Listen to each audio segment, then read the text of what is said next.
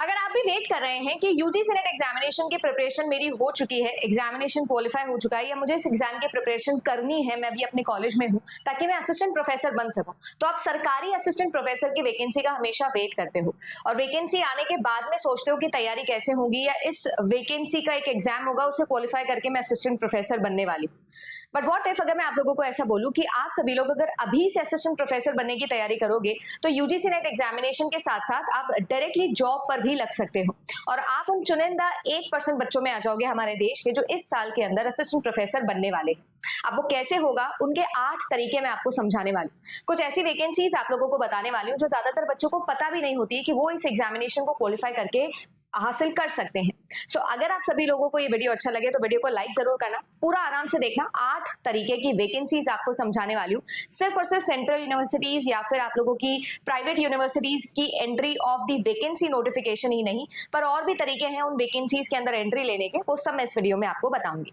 Channel पर नए हो तो चैनल को सब्सक्राइब करना कंसिडर करना। आप सभी लोगों के लिए यूजीसी नेट एग्जामिनेशन जून 2026 की शिफ्ट में मैंने एक नया चैनल ओपन किया था जिसका नाम है जीरो टू जेआरएफ। मेरी जर्नी यहाँ से है कि कोई भी एक बच्चा बेसिक्स से पेपर 1 को अच्छे से पढ़ सकता है और जेआरएफ जर्नी तक जा सकता है। ना सिर्फ पेपर 1 बट इस तरीके के कंप्लीट इन्फॉर्मेशन वाले वीडियो भी मैं चैनल पर लेकर आती रहूंगी, तो चैनल को सब्सक्राइब कर लेना। और अगर पेपर 1 का कंटेंट आपको आसान भाषा में चाहिए है तो इस चैनल के ऊपर आप लोगों को बहुत सारे वीडियोस ऑलरेडी मिलेंगे। लगभग ये 1-1.5 महीना हुआ है, 110 से ज्यादा वीडियोस हैं। सारे वीडियोस देखिएगा और बताइएगा कि कंटेंट कैसा लगा। अगर आप मुझे पहली बार देख रहे हैं तो मेरा नाम अदिति शर्मा है। मैं यूजीसी नेट एग्जामिनेशन के लिए लगभग पिछले 7 साल से पढ़ा रही हूँ। जब मेरा एग्जामिनेशन क्वालिफाई हुआ था 2019 दिसंबर शिफ्ट के अंदर, तो 2020 से मैंने पढ़ाना शुरू किया था। लगभग 6-7 साल का ये सफर है। इस सफर के अंदर मैंने अपना सब्जेक्ट कंप्यूटर साइंस और पेपर 1 आप लोगों को पढ़ाया है। चैनल के ऊपर भी वीडियोज हैं और मेरा खुद का एक छोटा सा स्टार्टअप है जिसका नाम है जेआरएफ अड्डा। अगर आपने यूट्यूब पे सही सर्च किया तो एक बार सर्च करेगा, वेबसाइट देखिएगा। आप सभी लोगों के लिए जेआरएफ अड्डा के ऊपर हमेशा कोशिश करते हैं, लगभग 4 साल हो गए इस स्टार्टअप को, कि जेआरएफ सिलेक्शंस के ऊपर काम कर सके, असिस्टेंट प्रोफेसर वैकेंसी के ऊपर काम कर सके। आप सभी लोगों के लिए जो है वो यहाँ पर सिलेक्शन रेट के साथ में आता है 13.33%। ये हर एक सेशन की मैं आपको बता रही हूँ कि इतने परसेंटेज सिलेक्शन जो है वो जेआरएफ अड्डा से देना हम लोग इंश्योर करते हैं। अगर आप सभी लोगों को मेरे साथ में तैयारी करनी है तो मैं आप सभी लोगों को बता दूं कि हमारे लिए जो है वो यहाँ पर एक वैकेंसी आती है यूजीसी नेट एग्जामिनेशन की, और इस एग्जामिनेशन के लिए जो है वो आप तैयारी कर सकते हो जेआरएफ अड्डा के साथ में। यहाँ पर आप सभी लोगों को पेपर 1 और पेपर 2 कंप्यूटर साइंस जो है वो कंप्लीटली यहाँ पर मिल जाता है। ना सिर्फ कंप्यूटर साइंस, आप किसी भी सब्जेक्ट में प्रिपेयर कर रहे हो तो ये सारा का सारा मास्टर प्लान है जो आप लोगों के लिए जेआरएफ अड्डा एप्लीकेशन पे होता है। Because I always believe selection is not just about knowledge, it's knowledge, discipline, practice, time, सारी चीजें एक साथ। खुद के hand written notes, progress tracker, previous year 10 साल के टॉपिक वाइज सब चीजें जो है वो आप लोगों को यहाँ पर मिल जाती है। तो you can download JRF Adda application right now and take this batch. आप सभी लोगों के लिए नए बैच जुलाई से स्टार्ट हो रहे हैं। अब मैं आप लोगों को बताती हूँ यहाँ पर 8 तरीके की वैकेंसीज जो आप लोगों के काम की होती है। सबसे पहले आपको ये समझना होगा कि आप सभी लोग असिस्टेंट प्रोफेसर बनने के लिए तभी एलिजिबल है जब आप सभी लोगों का पोस्ट ग्रेजुएशन कंप्लीट हो जाता है। पर पोस्ट ग्रेजुएशन में अगर आप सिर्फ एडमिट हुए ही हो, अभी अभी आप लोगों ने एडमिशन लिया है, तो आप पोस्ट ग्रेजुएशन के साथ में भी यूजीसी नेट एग्जामिनेशन को क्वालिफाई कर सकते हो। क्योंकि ये जो नेट एग्जामिनेशन होता है ना, ये मिनिमम एलिजिबिलिटी क्राइटेरिया होता है असिस्टेंट प्रोफेसर बनने का। और नेट एग्जाम आप तभी दे सकते हो जब आपने अपने सब्जेक्ट के अंदर मास्टर्स कर रखा हो या आप मास्टर्स के फाइनल ईयर के अंदर अपीयरिंग हो। तो आप सभी लोग सबसे पहले तो अगर फाइनल ईयर के अंदर ऑलरेडी अपीयरिंग हो तो आप लोगों के पास में काम की चीज है। अब आप लोग नेट एग्जामिनेशन के लिए क्वालिफाई कर सकते हो। जैसे ही आप लोग जो है वो नेम ऑफ दिस एग्जामिनेशन को समझोगे तो आपको समझ में आएगा नेशनल एलिजिबिलिटी टेस्ट। अब ये जो नेशनल एलिजिबिलिटी टेस्ट है, ये एग्जामिनेशन आप लोगों को मिनिमम एलिजिबिलिटी देता है असिस्टेंट प्रोफेसर बनने की हमारे देश में। अगर आप कॉलेज लेवल पर टीचिंग करना चाहते हो तो उसे असिस्टेंट प्रोफेसर की वैकेंसी बोलते हैं। बिगिनिंग है ये। यहाँ पर आपकी minimum eligibility criteria net exam है। बट ऐसा नहीं कि आपने नेट एग्जामिनेशन को क्वालिफाई किया और सीधा सीधा आप असिस्टेंट प्रोफेसर बन जाओगे, ऐसा नहीं हो सकता है। यहाँ पर आप सभी लोगों को ये देखना पड़ेगा कि इस एग्जामिनेशन के बाद में आप सभी लोगों के लिए बहुत सारी वैकेंसीज निकलती है और उन वैकेंसीज को फिल करने के बाद में आप असिस्टेंट प्रोफेसर बन सकते हो। अब ये वैकेंसी जो है वो पब्लिकली भी अनाउंस होती है और कुछ ऐसी वैकेंसीज है जो इंटरनली भी अनाउंस होती है।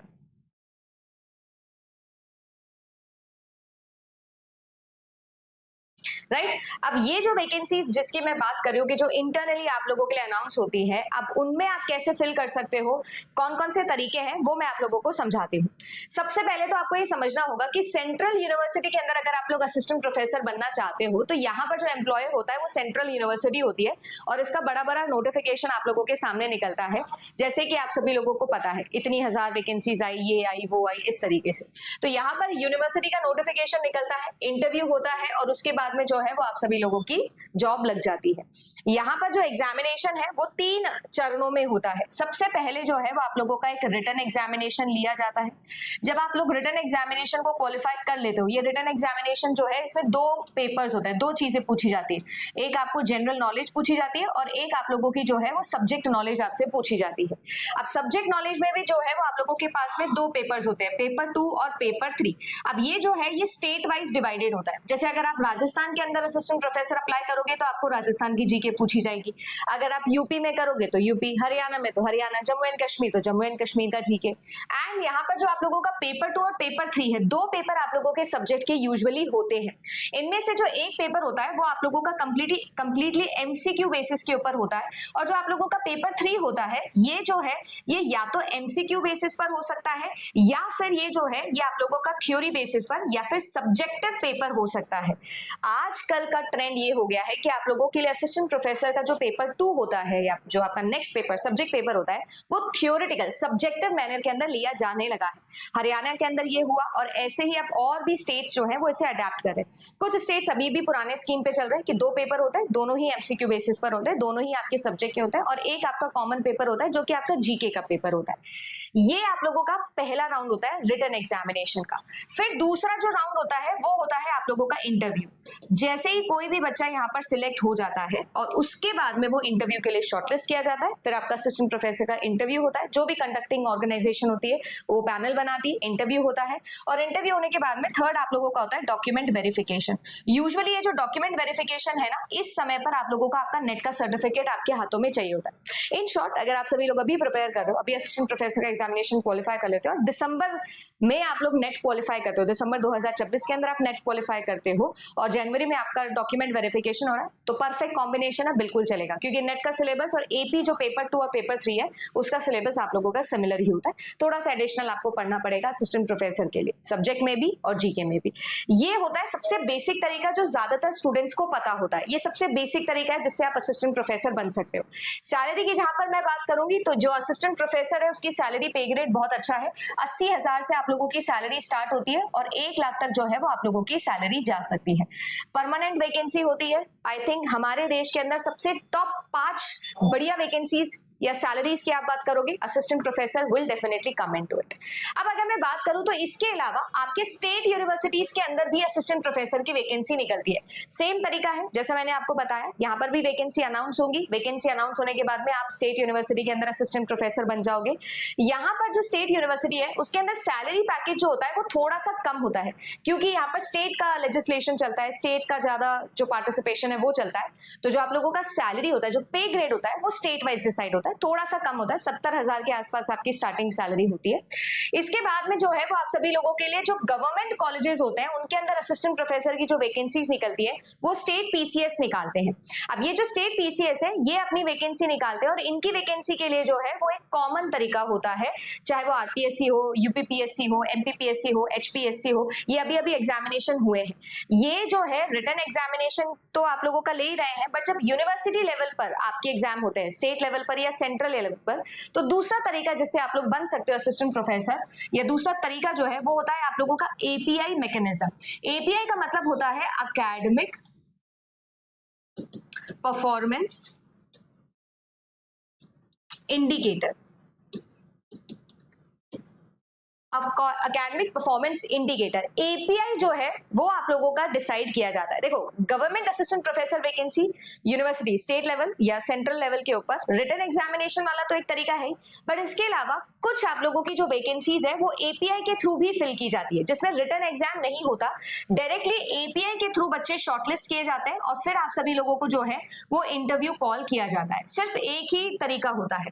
तो पहला जो है वो आप लोगों का एपीआई होगा। उस एपीआई स्कोर के के अकॉर्डिंग आप लोगों को शॉर्टलिस्ट किया जाएगा। जो मेरिट में बच्चे आएंगे उनका इंटरव्यू होगा और इंटरव्यू कॉल के बाद में फाइनली आपका सिलेक्शन होगा एंड आपकी जॉब पोस्टिंग हो जाएगी।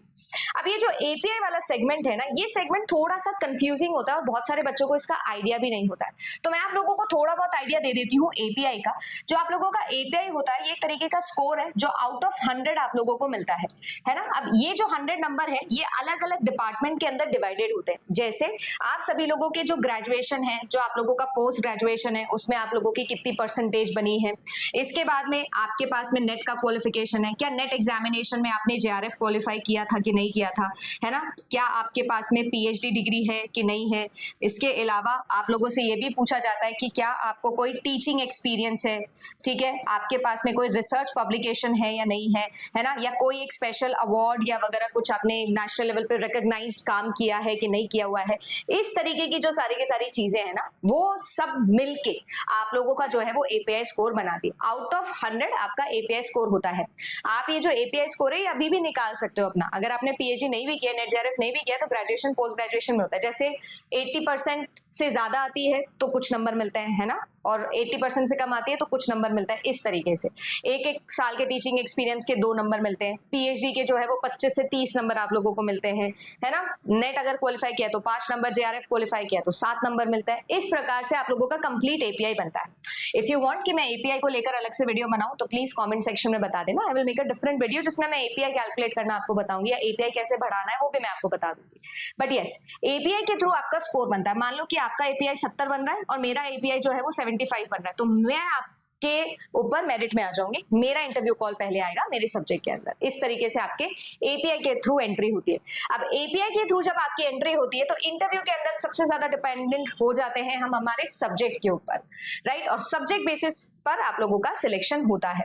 अब इसके अलावा आप लोगों के पास में कुछ गवर्नमेंट के एडेड कॉलेजेस होते हैं, वहां पर भी आपकी स्टेट कमीशन जो है वो यूनिवर्सिटी लेवल पर हायरिंग करती है। सैलरी थोड़ी कम होती है, बट ये जो हायरिंग होती है ये यूनिवर्सिटी लेवल पर होती है, कॉलेज लेवल पर होती है। इसमें कोई पीसीएस या कोई भी स्टेट या सेंटर का गवर्नमेंट जो है वो इंक्लूड नहीं होता है। इसके अलावा प्राइवेट यूनिवर्सिटीज होती है। प्राइवेट यूनिवर्सिटी में डायरेक्ट रिक्रूटमेंट होता है। आप लिंक्डइन पर जाके या naukri.com, फ्री जॉब अलर्ट जैसी वेबसाइट्स पे जाकर डायरेक्टली अप्लाई कर सकते हो। आपके पास में नेट क्वालिफिकेशन है तो आपको डेफिनेटली यहाँ पर बहुत अच्छा चांस मिलने वाला है। आप जा सकते हो, नेगोशिएट कर सकते हो टेबल पर अपनी सैलरी में। डायरेक्ट इंटरव्यू होता है, कोई रिटन एग्जाम नहीं होता है। और यहाँ पर भी सैलरी जो है वो लगभग 40,000 से लेकर वेरी करती है। अगर बहुत अच्छा प्राइवेट है, बिट्स के अंदर जा रहे हो, है ना, बहुत अच्छी कुछ प्राइवेट यूनिवर्सिटी में जा रहे हो, तो 2 लाख रुपए महीने तक की भी सैलरी आपकी शिफ्ट हो सकती है अगर आप एक्सपीरियंस हो जाते हो। फिर आप डीम्ड यूनिवर्सिटी के अंदर जा सकते हो। डीम्ड यूनिवर्सिटी के अंदर भी डायरेक्ट रिक्रूटमेंट होते हैं। 2 प्रोसीजर है जैसे मैंने आपको बताया, या तो रिटन एग्जामिनेशन होगा या फिर एपीआई के थ्रू कॉल करेंगे। इसके अलावा आती है 2 ऐसी वैकेंसीज जो आपके लिए बहुत इंपॉर्टेंट है और बहुत जरूरी भी है, क्योंकि ये सबसे ज्यादा रेगुलर वैकेंसीज है। सरकारी रिक्रूटमेंट आए या ना आए, साल में आपके हर महीने में किसी ना किसी यूनिवर्सिटी में कॉन्ट्रैक्चुअल या गेस्ट फैकल्टी जो है वो वैकेंसी निकलती है, जो कि मेरे 7th और 8th नंबर है। अब देखो यहाँ पर डिफरेंस ये होता है कि जो कॉन्ट्रैक्चुअल एपी होता है ये यूजुअली 1 साल या 2 साल के कॉन्ट्रैक्ट से शुरू होता है। काम अच्छा लगता है तो आपका कॉन्ट्रैक्ट को रिन्यू कर दिया जाता है। ये टेम्पररी अपॉइंटमेंट होता है जो कि यूनिवर्सिटी या कॉलेज लेवल पर होता है। जैसे मान लो इवन आप पीएचडी भी कर रहे हो, पीएचडी के दौरान आपका भी सुपरवाइजर आपको कहीं पर जो है वो कॉन्ट्रैक्चुअल बेसिस पर असिस्टेंट प्रोफेसर बनने के लिए अलाउ कर सकता है, अपने रिकमेंडेशन से भेज सकता है। अब आप 1 साल 2 साल के लिए रिक्रूट हो गए हो एज एन असिस्टेंट प्रोफेसर, आपकी पीएचडी भी साइड बाय साइड चल रही है और आप लोग असिस्टेंट प्रोफेसर बन चुके हो, कॉन्ट्रैक्चुअल लेवल पर आप पढ़ाओगे, बिल्कुल सेम ड्यूटी, सेम काम, same salary as a regular assistant professor होती है, बस ये टेम्पररी बेसिस पर होता है, राइट। आपके लिए बहुत सारे ये वैकेंसी जो है वो किसी भी एक यूनिवर्सिटी के वेबसाइट पर आपको देखने मिल जाती है। आप लोग वेबसाइट को अच्छे से पढ़ोगे, कॉन्टेक्ट अस पे जाके मेल करोगे, आपको पता लग जाएगा। अपॉइंटमेंट्स पे देखोगे जाकर पता लग जाएगा। If you want to make you want me to make a different video for it, I'll make it, please comment section में mention कर देना। Then आता है आप लोगों के लिए गेस्ट फैकल्टी या फिर विजिटिंग फैकल्टी। अब ये जो होता है इन दोनों में डिफरेंस ये होता है कि ये तो ईयरली कॉन्ट्रैक्ट हो गया, 2 साल का कॉन्ट्रैक्ट हो गया। ये जो होता है ये पर आवर वाला काम होता है। यहाँ पर कॉन्ट्रैक्चुअल बेसिस पर जब आप असिस्टेंट प्रोफेसर बने हो तो आपको पूरे वो 9 से 3 का समय देना होगा। सुबह 9-10 बजे आप जाओगे और 1, 2, 3 बजे तक आप लोगों का ड्यूटी रहेगा। आप कॉलेज को मिस आउट नहीं कर सकते, उसके साथ में कुछ और नहीं कर सकते। वेयर एज गेस्ट फैकल्टी या विजिटिंग फैकल्टी जो है उनका पर आवर बेसिस पर जो है वो पूरा का पूरा टेन्योर चलता है। तो आप 1 घंटे 2 घंटे के लिए पर आवर पे जाते हो, आपको बाकी जॉब्स की जो रिस्पॉन्सिबिलिटीज है वो नहीं निभानी होती है, आपको और कुछ नहीं करना होता है, सिर्फ जाके टीचिंग करनी होती है। अदरवाइज असिस्टेंट प्रोफेसर बने हो, टीचर बने हो, तो और भी सारे जो चीजें होती है ना, सारे जॉब के साथ में जो everything with a pinch of salt आता ही है कि मैनेजमेंट भी करना पड़ेगा, कॉलेज इवेंट में भी पार्टिसिपेट करना पड़ेगा, कॉपी चेकिंग भी करनी पड़ेगी, ये वो जो भी सारे तमाशे होते हैं वो सब भी करना ही होता है। बट यहाँ पर ये नहीं करना होता है, यहाँ पर जो है आप सेमेस्टर बेसिस पर जा सकते हो, नीड बेसिस पर जा सकते हो, आर्ली बेसिस पर, है ना। 500 रुपए से लेकर 2500 रुपए तक जो भी होता है वो आप लोगों का फिक्स रेम्युनरेशन अमाउंट होता है जो आप लोगों को प्रोवाइड किया जाता है। ये वैकेंसीज भी जो है वो भी रेगुलरली आपको देखने मिलेंगी, बहुत सारी बड़ी बड़ी यूनिवर्सिटीज, दिल्ली यूनिवर्सिटी के अंदर तो सालों से इसका कल्चर आया है, और भी बहुत सारी बड़ी बड़ी यूनिवर्सिटीज है, सरकारी हो, नॉन सरकारी हो, डीम्ड हो, प्राइवेट हो, सभी के अंदर जो है वो गेस्ट फैकल्टी या विजिटिंग फैकल्टी की नौकरी लगती है। एक बार आपको ये एक्सपीरियंस भी हो जाता है ना, तो भी आप लोगों का एपीआई जो है वो बहुत इंप्रूव होता है। अगर आप किसी सरकारी कॉलेज में गेस्ट फैकल्टी के तौर पर भी काम करते हो तो भी आपका एपीआई इंप्रूव होता है।